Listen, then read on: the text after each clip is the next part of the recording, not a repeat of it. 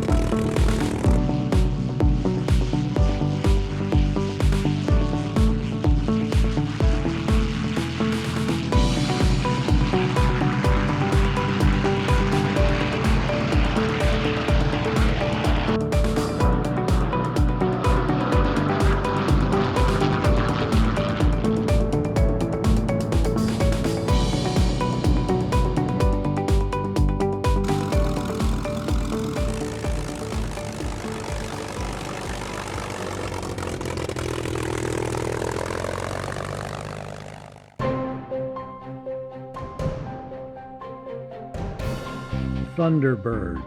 In Native American mythology, it is supernatural, being of immense power and strength. To car buffs, Thunderbird embodies classic styling and prestige. Power and strength, styling, and prestige.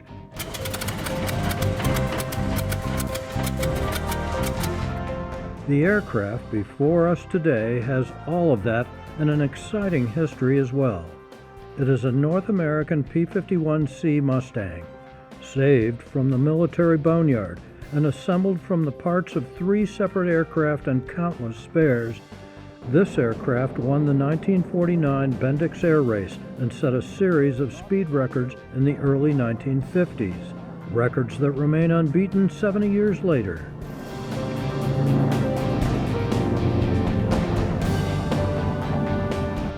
But the real story of this airplane is about the people, famous and not so famous, who have been part of its history, from a 10-year-old boy daydreaming in North Dakota to Queen Elizabeth II, and from war heroes to Hollywood legends. Leland and Martha Cameron were the owners of Allied Aircraft of Chicago, Illinois. In the late 1940s, the Camerons bought the parts to build and modify the P-51C. The Civil Aviation Administration, forerunner of the FAA, registered the airplane in April 1948. 2 days later, the Camerons sold it to the Joe DeBona Racing Company, which was owned entirely by the Hollywood star Jimmy Stewart. During World War II, DeBona flew thousands of hours in the Air Transport Command, ferrying B-17s across the Atlantic. The partnership between DeBona and Stewart had one goal: to win the Bendix Trophy.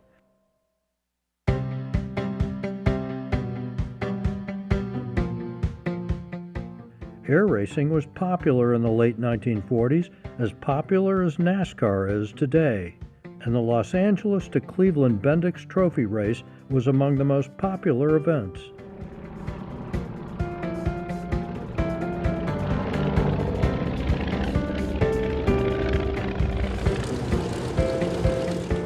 Jimmy Stewart was the first Hollywood star to enlist in the armed forces after Pearl Harbor. He trained as a pilot in the Consolidated Aircraft B-24 Liberator heavy bomber.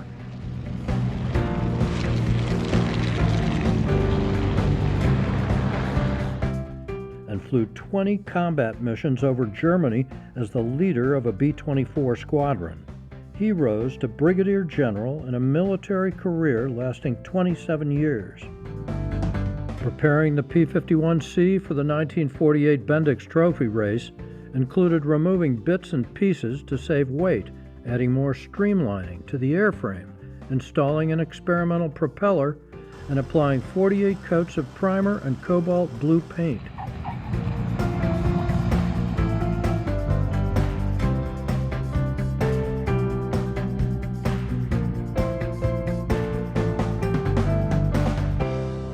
They named the airplane Thunderbird.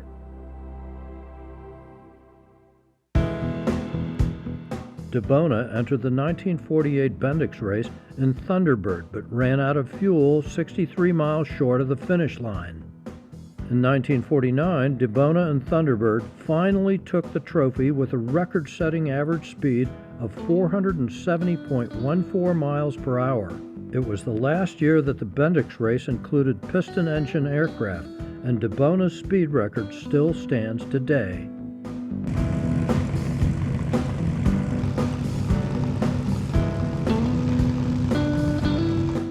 Three months later, Stewart sold Thunderbird to Jacqueline Cochran for $1.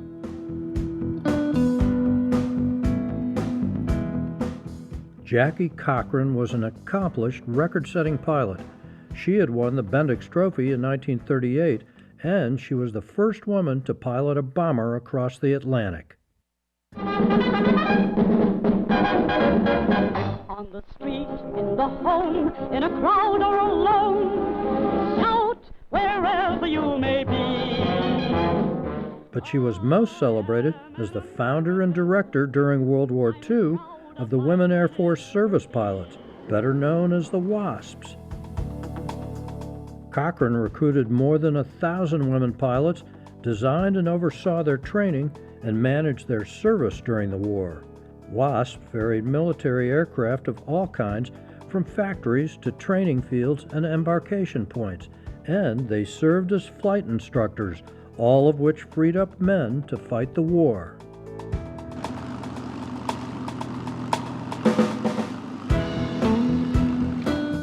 Over her long career, Cochran set many speed records in piston-driven aircraft and jets. She said of herself, "It never dawned on me not to do something because I was a woman." She would eventually set more speed records than any other pilot in history, man or woman. She set 3 of those speed records in Thunderbird before selling the Mustang back to Jimmy Stewart in 1953 for $1.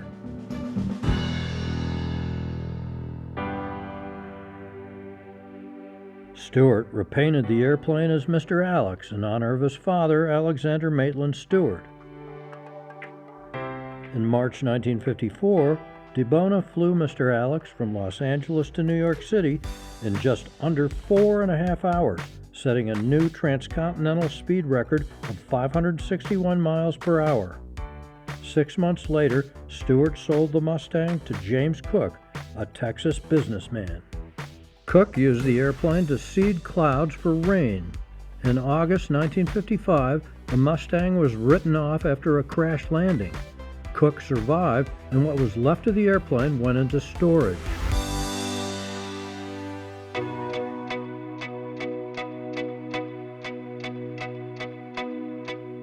Warren Pietsch grew up in a flying family. His father owned a flying service in Minot, North Dakota. Warren took over the business in 1990, repairing and restoring aircraft. As a 10-year-old boy, Warren had vowed that he would own and fly a Mustang someday.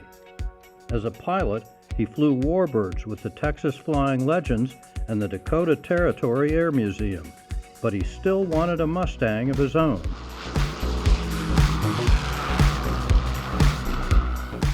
In 1999, Warren bought a wrecked P-51 in Nebraska.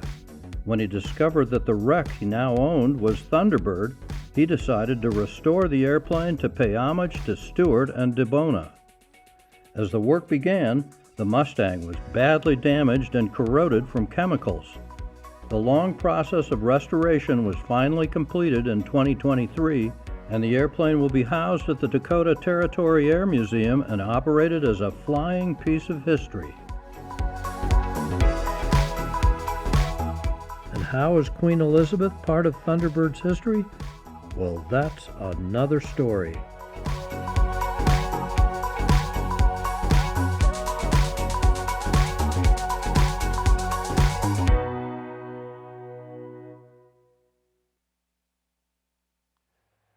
Good morning, ladies and gentlemen. My name is Ed McElhenney, and I'm going to be the rudder that steers the ship here today in this program. I apologize, first of all, for not having the aircraft behind us. Unfortunately, the weather here in Wisconsin did not cooperate, and with such a valuable aircraft as this, we decided to be somewhat conservative.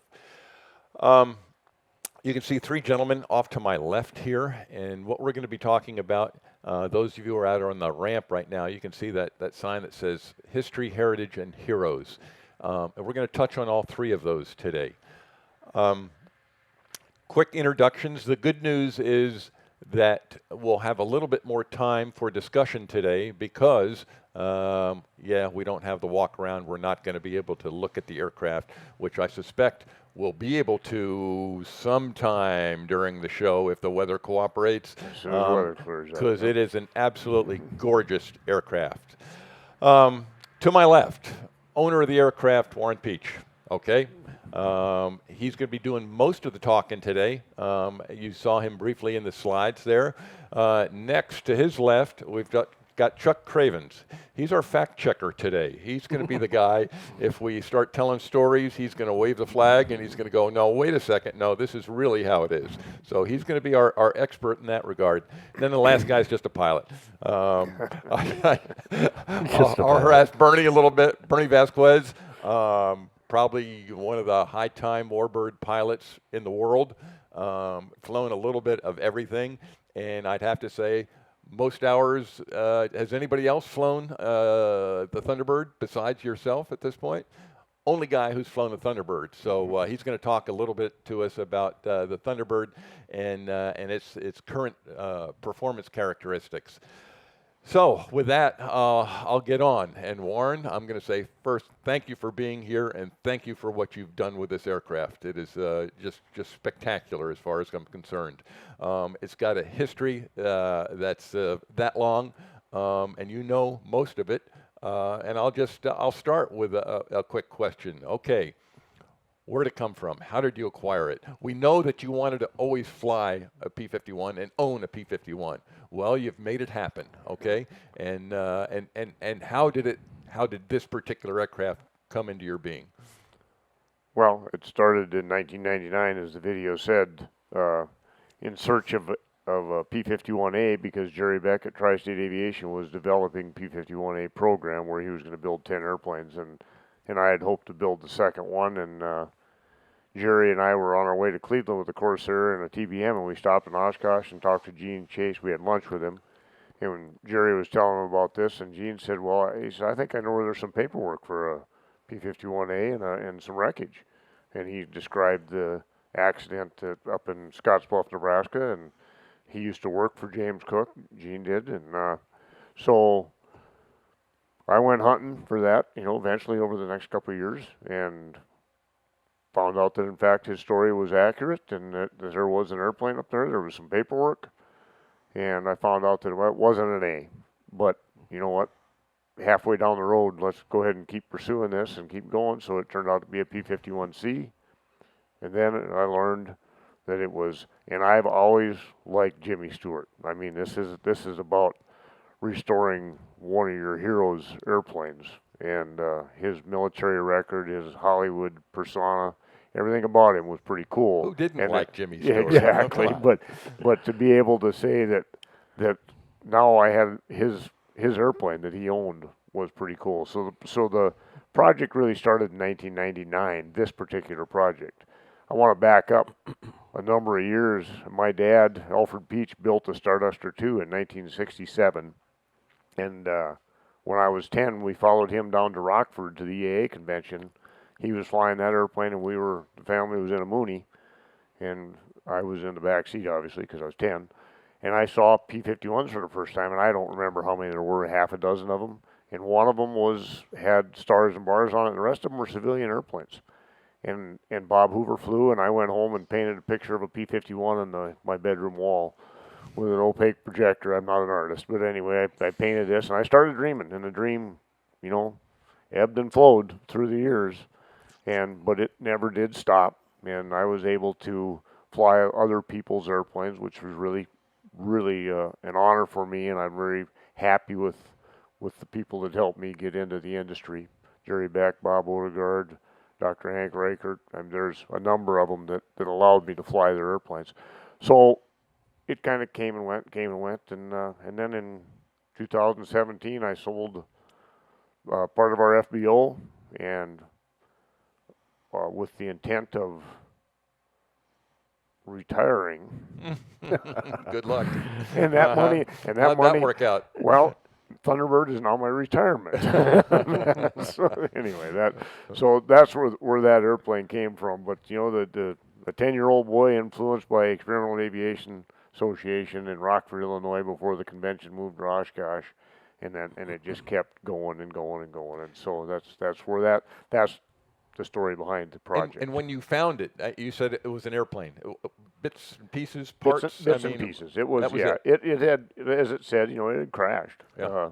But it was there, and there was stuff that we could work with, and we obviously the airplane, as so many of them, I won't say obviously, but there's pieces internally in the airplane that are original North American pieces, but a lot of the structure has had to be reconstructed, which I think is true with just about any restoration that you see out there.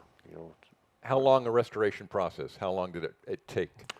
Well, we bought another project, and were able to get the wing from that project and some other parts in 2019, and so the airplane was basically structure complete, and then we moved it to AirCorp in June of 20, and that's how long it's been in, I don't know what you'd say, completion or assembly or whatever, but that's where, Mark Tisler and the whole AirCorp group, excuse me, has been so beneficial for me, because they have the expertise and the talent to do the things that I certainly couldn't do. And when was the first flight? When did you first fly this thing? A month ago, wasn't it? A month ago. June 6th. June 6th. June 6th sounds right. All right. D-Day. So it's not very long ago, and and No. here we are. Yep. Well, thank you for that. And the paint is extremely fresh. The painter, Roy Kiefer of Custom Aircraft Finishes out of Castleton, North Dakota, thank you, Roy, is here right now over in the Weeks hangar. Mm-hmm. He was detailing the airplane this morning for us, because the clear was put on a week ago today. Okay. So when it came here, Bernie and I brought it down Sunday. It came here, and it was still drying, gassing off, and everybody that walked around the airplane could smell it. And so I don't know that there's going to be an article, but if there is, I think they should title it, "Did you get a whiff of that blue Mustang?" Anyway. And talking about the blue Mustang, I mean, it was highly, highly polished back when it was a racer, right? Same color, basically. It's close. Yeah. But I mean, that thing was just gleaming. And again, for speed, right? I mean, that was why well, they did it. Supposedly, was it 48 coats of 48 paint coats. of lacquer paint increased the speed by 8 miles an hour. Wow. And again, like you talked about, he ran short of gas, just short of Cleveland in 48. So he was doing everything they could to get that airplane to not only win the race, but to extend its range and things like that. I think, yeah, so the finish that we put on it is not the same as they used then, because I'm interested in not repainting the airplane every year like they were doing. That makes sense. Yeah, but it is a really, really pretty finish, and it replicates the sheen of the original airplane, I think, to a T. Our shirts are close. Okay, They're pretty close. Yeah, Yeah. Okay. So Yeah. Very nice shirts too, by the way. All right. How about let's get into the history of the airplane a little bit. And you talked about Jimmy Stewart. We talked about Jackie Cochran. There's story after story after story, it seems. And that's what you want to represent here with this airplane. It absolutely is, and thanks, Ed. And again, just to back up a little, thank you for Warbirds in Review for hosting us and having us here. It's an honor to be here representing this airplane, and frankly, it's an honor to have this airplane here to represent those three stories. And for it to debut in Vintage Aviation, I apologize to Warbirds, but it was a vintage airplane. it was I a get it. vintage racer, and I'm kind of a vintage guy at heart. But it was it never had a gun in it, so it never fought in the war I and understand. everything. And the representation or the story that I'd like the airplane to be recognized for is not only how pretty it is and the records that it set, but the three people that flew it were representative of World War II veterans, great Americans, patriots, all. And it kind of, in my mind, starts out with Joe DeBona, who was a World War II ferry pilot, veteran, who had a dream of winning the Bendix race. He raced it in 47 in Magic Town, he raced in 48 in Thunderbird, and he raced in 49 in Thunderbird and won, and still holds the piston-powered record for the Bendix race. Common man achieves his dream. Jimmy Stewart, another war hero, commanded men. He was an actor before the war, enlisted, as the thing said. He was a commander of the Thunderbird squadron, B-24s, came back to Hollywood, and was a conservative. So Hollywood was conservative. Jacqueline Cochran holds more records today than any other aviator in the world. She was a patriot. She started the WASP. She did all these things. Women were equal. So the three things that I see the airplane representing for a great time in America after the war is the common man could achieve his dream, Hollywood was conservative, and women were equal. I think it's important to look at the airplane and understand what's involved in there. In the Queen Elizabeth II coronation films, that was a pretty neat race too. So that came from what on that coronation thing? It was from Canada. They were flying the canisters down, weren't they? No, they were the Mustangs were. The Pony Express was coming from Goose Bay to Boston for the two different networks. CBS is what Mr. Alex flew in, the Thunderbird airplane. Okay. And then Paul Mance's airplane, who they obviously had some sort of a little contest going on between Mance and DeBona and Mance's pilots, because DeBona had lost to Mance in 47 and 48, and then Mance's airplanes lost to him in 49, so they reran that race and they lost again. Chuck can kind of fill us in a little bit on that coronation thing. Well, it was essentially kind of a publicity stunt in a way. It's television history, really, because there had never been an event televised in the United States that happened overseas on the same day. And of course, there's no satellites, and it was Well, this is 1953. three. Okay. It was possible to do it with a undersea cable, except it would take up the whole cable. So economically, that wasn't feasible. So the RAF flew what we would now call videotapes to Goose Bay and Canberra, and they also flew them on to Canada. The two Mustangs picked up their copies for their network and flew to Boston to try to be the first ones to put that on the air, the coronation, the same day. So, and it is the first time that that's happened. The other network realized that Thunderbird was going to win, so they punted and got coverage from Canada and actually got it on the air first. But Thunderbird won the race. All right, let's talk about the airplane a little bit, and I'll go down to Bernie now for a minute. Points of note that from the onset. I mean, you did several engine runs probably on the thing, and did it start and run perfect the first time? Were there little things that went wrong? What do you think about that side of it all? It went very well. There's always teething problems in a project. You never ever start anything and get it the first time. But I will say this is the fourth airplane we picked up from AirCorp now. Okay. And they just keep getting better. Good. It was pretty effortless out of the gate. We did all the ground runs, got it all prepared, and I mean they do a good job of all right. I've done quite a few test flights this year in different airplanes and for different companies, and it's impressive. Okay, and let's talk about the first flight. Went well, no big issues. It wasn't one of these, hey, airborne, I got a problem, come right back down and land. No, I'll do exactly what I did on the first test flight. He was behind me, said brake release. I let go of the brakes, ran the power up to takeoff power, and it broke ground. Wanted to wait just a little bit to get the gear up in case there was a problem. Elected to put the gear up and started climbing, setting a deck angle for the speed I wanted to climb at, which was about 130. And it was so impressive, I keyed the mic. Because all of the AirCorp guys were on a radio listening to us. I just keyed the mic and went, yeehaw! Because I've never been in a Mustang ever that performs like this airplane. Okay. It's light. They've taken, just like that picture showed during the Bendix race, they took everything out that would have been, quote unquote, a stock Mustang, which for AirCorps guys, it was hard to build the airplane. Because Mark Tissler told me at one point, the guys would bring this restoration package over and say, okay, all this needs to go in the airplane. And he'd look through it and take one bolt and go down. The rest of that stuff's got to go back on the shelf. He said, well, no, it goes in the airplane. It's a racer. It's a racer. It was hard because they're so used to building everything totally authentic that it was just it was just a funny thing to watch happen. But the airplane stripped down. It's 6,700 pounds.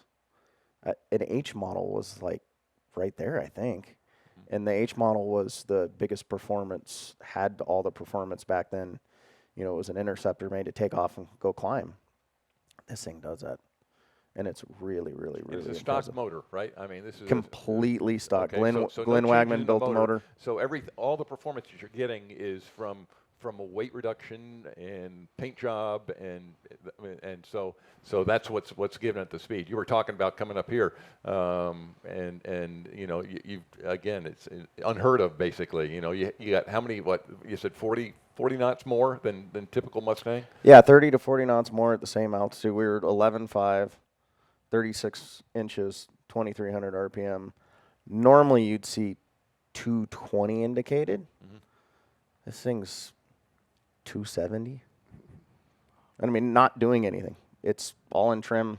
I mean, at one point I took my hands off and went like this, and it's that fast. Any additional limitations because they've lightened it up as much as they have? I'm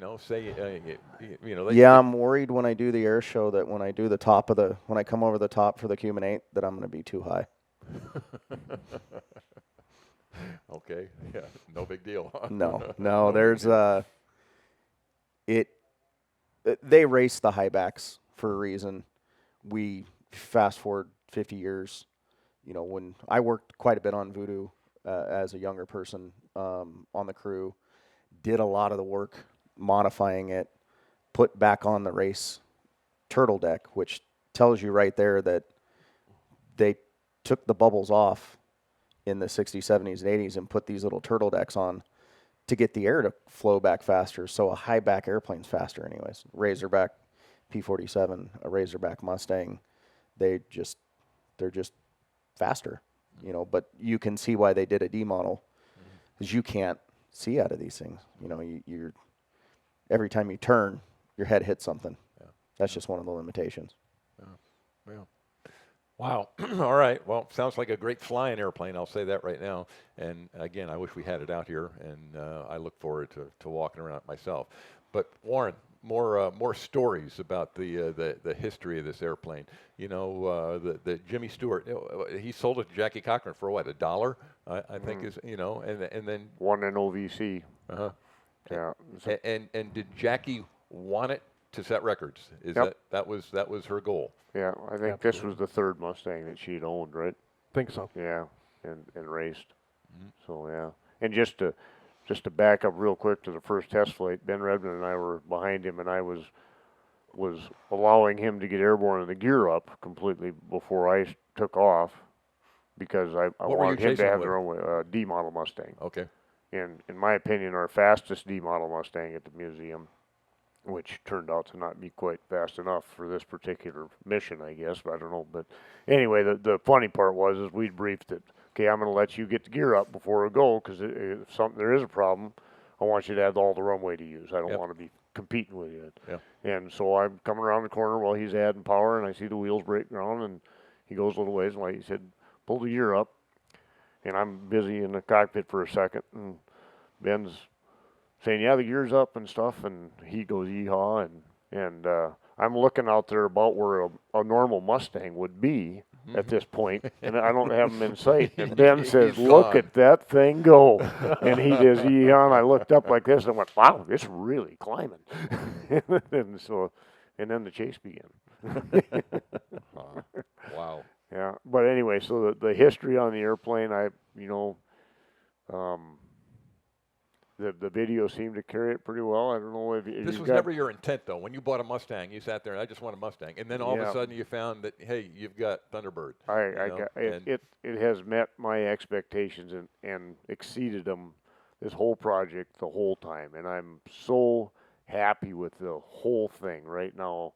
I think these guys will tell you that at Texas Flying Legends, they had a nickname for me, EFD, Eternal Face of Disgust. But Out of everybody, not anymore. out of everybody in this group right here, I've known them and worked with them the longest. I've never seen the mustache curl up. It's always a frown. So people keep asking me, well, he must just be totally excited. I said, have you ever seen his mustache go up? And it's been like that for 20 days now. Since the first flight. I can't say that I see anything wrong with the airplane. I think the paint job is phenomenal, and the scheme. I mean, it's when you look at that up on the screen now. Oh yeah. That's a retro paint job. That's 1949, and them guys absolutely nailed the scheme as far as proportions and beauty and stuff. As we painted the airplane, and I vacillated. These guys will tell you I vacillated over that blue for years. And in the last 6 months, it was like every pickup, every car, everything I saw. 6 well, that months? must be the blue. That must be the blue, you know. 6 months? Yeah. Every phone call, and we have phone calls. I live in California. He lives in North Dakota. 3 to 5 times a day. We're back and forth. And it got to the point where it would... About the color. Nope. Oh. That's just about business. Just friends calling each other. Okay. But every time the phone rang, I'd answer it, go, yellow and blue, yellow and blue, yellow and blue. And then Eric Hocuff randomly, as the paint job is happening, I mean, they're laying paint. Oh. Eric and his crew and the guys start looking at these black and white photos, and they go, the rudder's not blue. What do you mean the rudder's not blue? It's black. The checkered flag back then was yellow and black. Mm-hmm. They painted it, and it was a discussion internally. He called me, and I'm like, I think that's going to look horrible. But if it's the way it was, paint it. That was the biggest home run for this airplane. Yeah. If it was blue, it just wouldn't look finished. And all artist renditions were blue. Yep. It was, as Bernie said, as it was painted, and they started questioning it. And I went back. I've been collecting photographs and stuff forever with lots of cooperation from Air Racing Historians Association. And there was the one color picture, and they blew up the rudder, and then you could see it. And you can go back and look at the black and whites, and some of them look like the dark checkers are blue. And I think what probably happened is they probably were blue and got painted black before the race. And that's a real common thing to have happen. The other thing about that color or look is so many photos, black and white photos of the airplane were available, but we couldn't see the blue from that, obviously. But we were trying to gauge what shade blue is. Is it light blue? Is it dark blue? Whatever it is, because some of them were gray and some of them, look at that one, up in there. It looks like it's dark blue, right? Well, we found a color that changes with the light, and that's what this one does. And I stood out there on the line the other night as the sun was going down in the smoke, and I just kept watching it, and it just kept getting darker. Not the light, but I mean the color just kept getting darker and darker throughout the evening, and I was like, man, it really worked. And and then the stripe down the side, do you see the stripe around the back windows, and then it goes up over the exhaust stacks to that emblem, the Thunderbird emblem.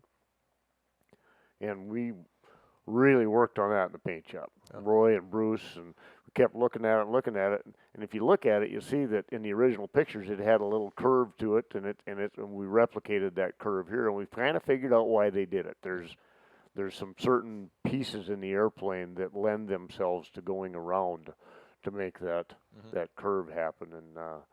And I finally was trying to describe it to them guys. I said, I don't know what it is, but it looks like the end of a signature, where you just kind of accelerate away from your name as you're doing something, But it's a neat look, and hats off to the guys that painted it into AirCorp for the stencils. But that little emblem that's up in the front of there, that Thunderbird, is all painted. It's all masked and painted, and it took a day and a half for Bruce to do that. He'd lay down a mask, paint a color, peel that off, lay down another one, peel out the next color.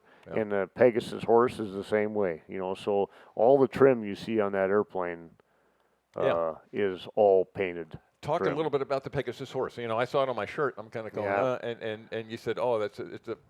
Go ahead, Chuck. It's a trademark symbol for Mobil Oil. Okay. And sign collectors. That's a sign that's really sought after. They used to have big ones on gas stations, but it's a pretty identifiable logo, and they created some special gasoline, 150 octane, to increase the horsepower.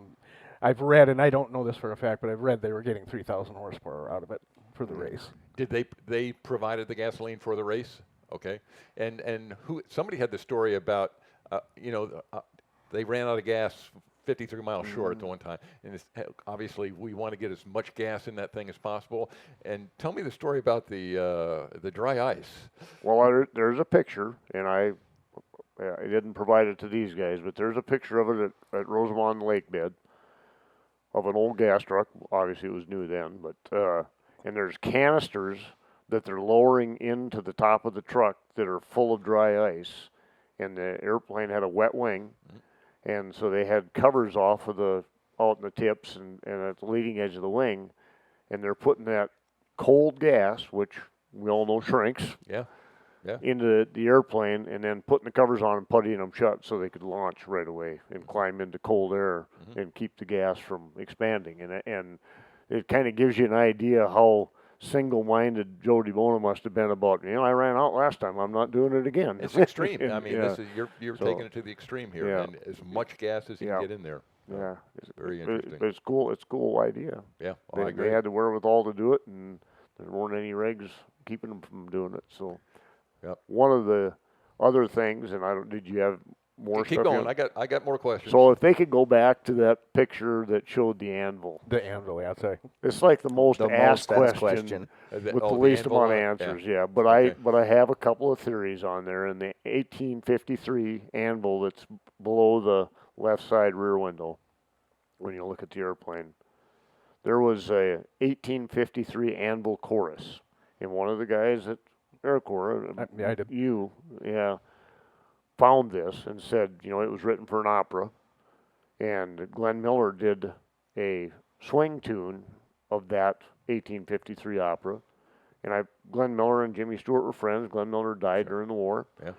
Jimmy Stewart played him in a movie, the Glenn Miller story, after the war.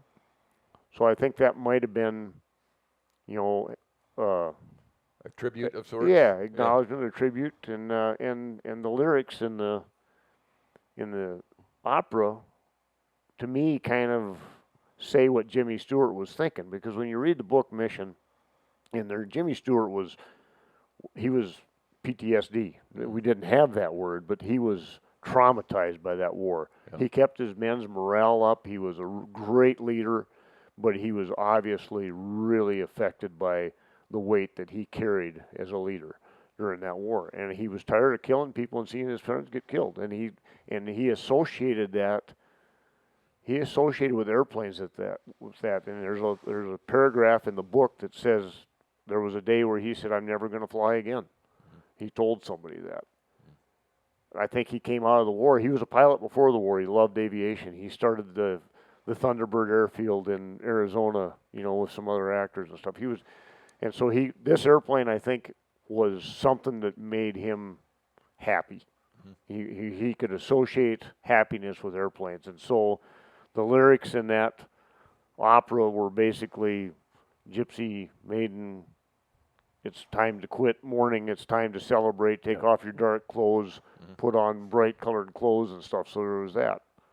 The second theory I have on the Anvil is his grandfather started their family hardware store in Indiana, Pennsylvania in 1853.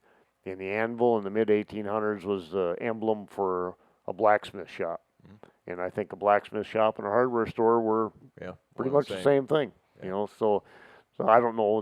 There's a romantic version and there's a simple family recognition version there. But and now I don't have to tell that story to anybody anymore because it just kept happening over and over and over. We were going to put a sign out by the airplane. The Anvil will be told every half hour on the hour because it seriously is. You know, we're sitting around the airplane and, hey, excuse me, do you know what's the Anvil? To go talk to the guy in the yellow hat. It seems like so many symbols on the airplane have dual meanings. I really like that because that's the way I think. Yeah. I look at something and I go, well, that's synonymous with this, but it If also we were going to applies do it to the this. way you think, we'd have like 40,000 emblems on it. Well. Yeah, EFD. How about the future?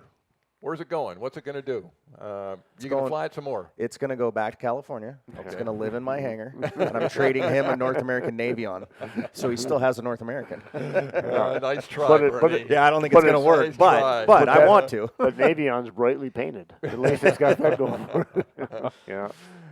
It's going to live in the Dakota Territory Air Museum, and it'll get campaigned Okay. around the country, and people will get a chance to see it. Yeah, it's really nice right now, and I'd love to keep it that way.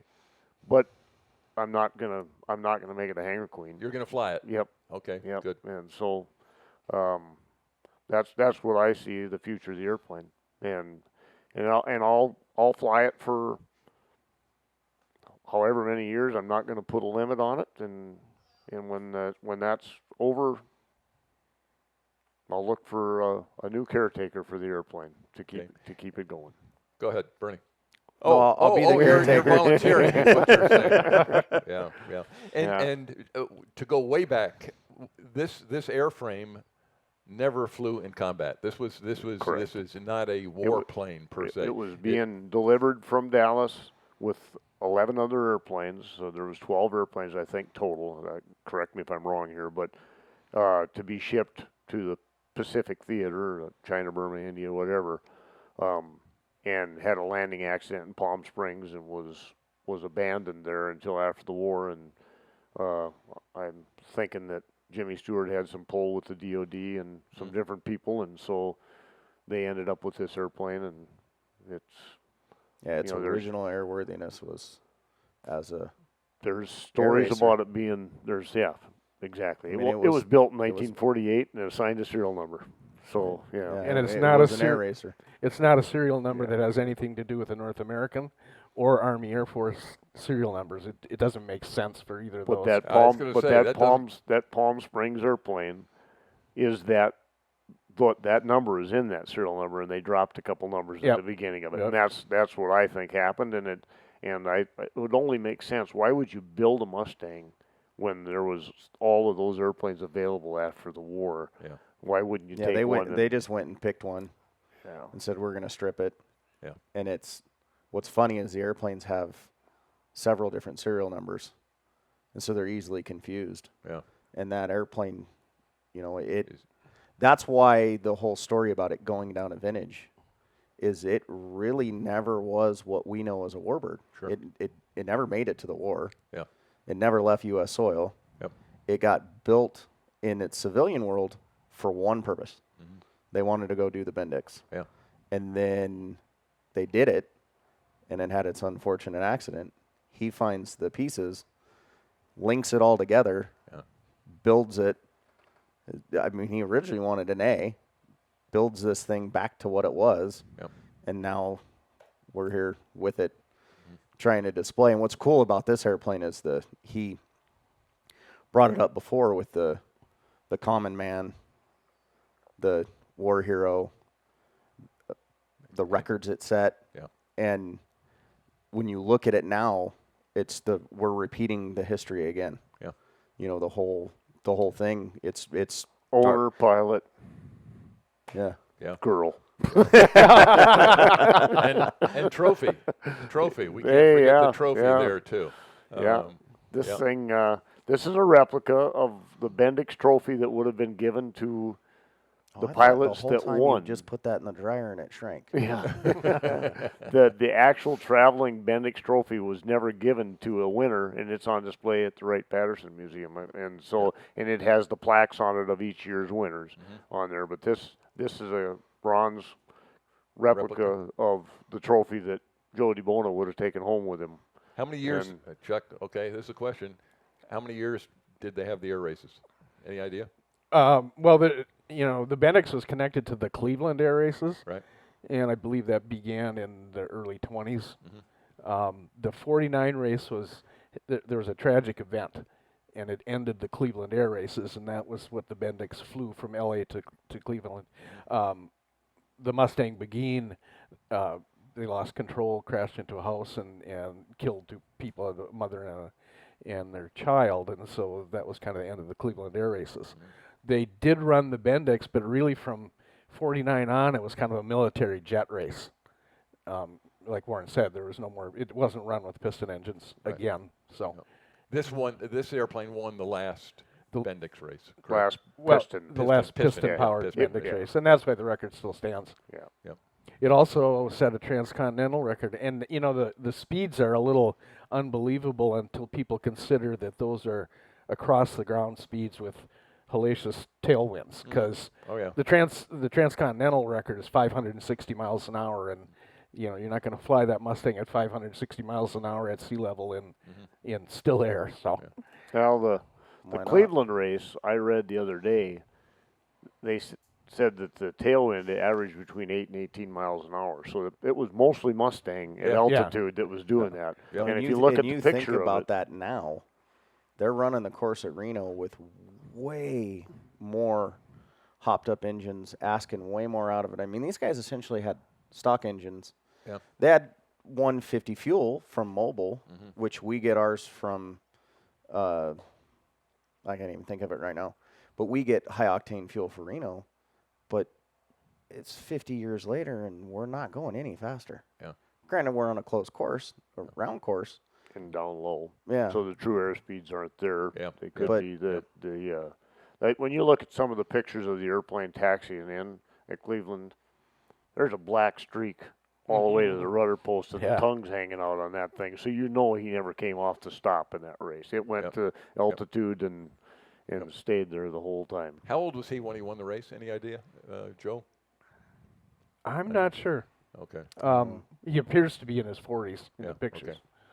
okay. Yeah. And it would, well, maybe late 30s, because I mean he was in the military in the war. Yep.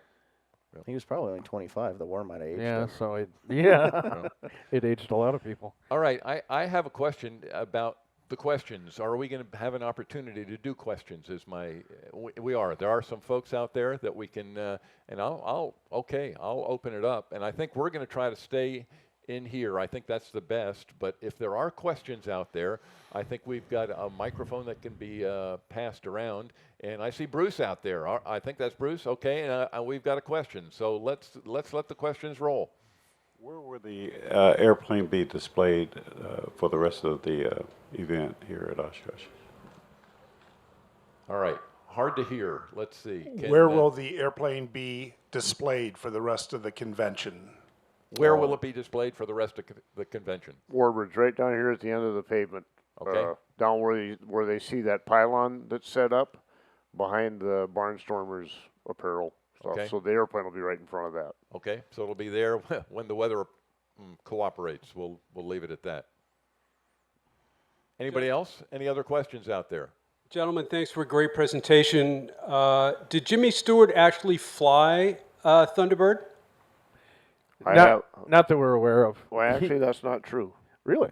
I have that Western Guns article that the kid's dad was an actor, Western actor with Jimmy Stewart, and he talks about his dad had an air coupe and took him out to the airport one day to have a meeting with Jimmy Stewart, and Jimmy Stewart taxied in a blue Mustang. Really? Yeah. Okay, There we I go. haven't seen that article. I've been looking. Good. One up on Warren. He's the fact checker now. All right. I didn't know that one for sure. The airplane appears to have a D model wing on it. Can you tell me why? A D model wing. Yep, I can. When the airplane originally had a problem with James Cook, it was because the gear was trapped. And C models, and Bernie, correct me if I'm wrong, but C model wings were inferior to D model wings in the fact that they only had one uplock on the clam doors, and I think it was at the back of the clam doors, and they had a little bit of history about at speed, the doors coming open and the gear coming out and a wing coming off the airplane or something like that? In the early stages of P-51 existence, they originally didn't have uplocks on the clam doors, and they had a couple instances where the gear didn't make the actual uplock, and under G, the gear came out. So then they modified them, and they put uplocks on the clam doors to fix that, but sometimes those were problematic on the early airplanes, and so this particular airplane ended up with one main gear out, the tail wheel out, one main gear hung. The guy must have been a little inexperienced or probably just didn't care because there was 1,000 of them out there. So he elected to climb to altitude and jump out. Any of us would have put the gear up and bellied it in and would have done a lot less damage. And I knew that Bernie was going to be flying at an air show, so I wanted the best possible wing, strongest wing we could put on it. So, so to answer the question and make a long story really short, it's got a D wing because the landing gear system is better, in our opinion. There's going to be 1,000 people that argue it. Well, and there's 1,000 different ways to skin something. This is just what he chose to do. North American chose to improve the gear system, and I would rather do it that way. And they actually built a C model with a D wing on it, and they tested that airplane. And in the process of putting the bubble on top of the airplane, I'm sure they elected, well, let's just keep the BC production line going, and we're going to transfer over here to that and live with what we've got. But that's the reason for the D wing. And actually, I haven't flown it, but I kind of think the D wing with the combination of the C fuselage is maybe a little faster than a C, and it's a little better approach speeds. It's because of the extra canted leading edge on it and stuff. Why do you put a brand new aluminum big block in your Chevy. Yeah. Yeah. Because it's better. Yeah, that's exactly. right. So anyway, that's the answer for the DUI. And you know, we kind of got a local expert here about landing Mustangs with only, let's see, a tail wheel and one. Yeah, I think Connie, didn't you have that problem? What? This program is about Warren. Yeah, but Warren wants to You learn. can check YouTube and you may Yeah, but find we want to know now. I'm not part of this program, but there was an uplock issue with the clamshell door, and I had one gear jammed up, and the other one came down, and then I could not retract the one that was down because of the dog ear, the down lock safety issue for the ground. So anyway, I had to land the airplane with one gear up, one down, and that's been a long time ago, and the airplane is right here, by the way. flying right now. Yeah, that's the good news. But anyway, Yeah. bring that up. Okay, just wanted to let you know. Yeah. All right. Any other questions out there? No. Looks like we're good. All right. I'll ask the panel here. Anything more you want to bring up about? You know, when the airplane gets over here, I'll be standing next to it and Okay. happy to field some questions and really hope people come and enjoy the look of the airplane. Okay. And Bernie's going to be flying it some more here. Possibly, yes. Okay. There's some scheduling things that may happen or may not happen. Okay. It is scheduled right now for Thursday and Saturday. It may get changed to a P-47. Okay. So we're just kind of Flexibility, key to air power. Yep. Okay. Yep. And for me, it was really an interesting airplane to research because all the restorations that I've done or researched for AirCorp and Dakota Territory have been military, and this one was completely different. The sources, picture permissions, everything was way different than doing a military airplane. But it was just fascinating how connected that was to history from the late 40s to all the way up to when it was lost, the coronation and all of that. Yeah. Anything, Warren? I think you covered a lot here. I think it's a beautiful, beautiful airplane. It's got quite the history. As we started out, you know, history, heritage, heroes. We've talked about all those, and this airplane represents all that. Yeah. And yeah, I thank you for what you've done with the airplane. I look forward to the campaigning of it in the future. I think you know, the more people that see it and understand the story, I think the more people will appreciate it. And I have one you. request for the people that come see him. Reno. Yeah. It's the last Reno. Yeah. I would agree. I think that would be terribly appropriate, you know, if that thing was out there. I think that, yep. All right. In that case, I'll say thank you very much, folks out in the stands here for being here and putting up with the inclement weather. At least it didn't rain, I don't think, out there. And yeah. You gentlemen, I'll say now, thank you. Thank you, Again, Ed. I appreciate the knowledge. Thank you. Safe flying out Thank there, you. Bernie, with this thing. And yeah, we look forward. We got another Dakota airplane this afternoon, for what I understand. P-47. We got Bonnie, a P-47, and that starts at 1 o'clock today. And that's where the real originality battle comes, is them guys were restoring that alongside this. And they were super original on the P-47. I would have loved to have been a fly on the wall. Yeah, when and go. The guys would hand Tissler something. He goes, no, I don't want that. Doesn't go in here. Yeah, but they want it. Anyway, yeah, And thank you. Are you going to be here for this afternoon too, Bernie, for the P-47? Yes. I Okay, will be. good. All right, so you'll see him again. All right, thank you, folks. We appreciate it, and we'll see you this afternoon.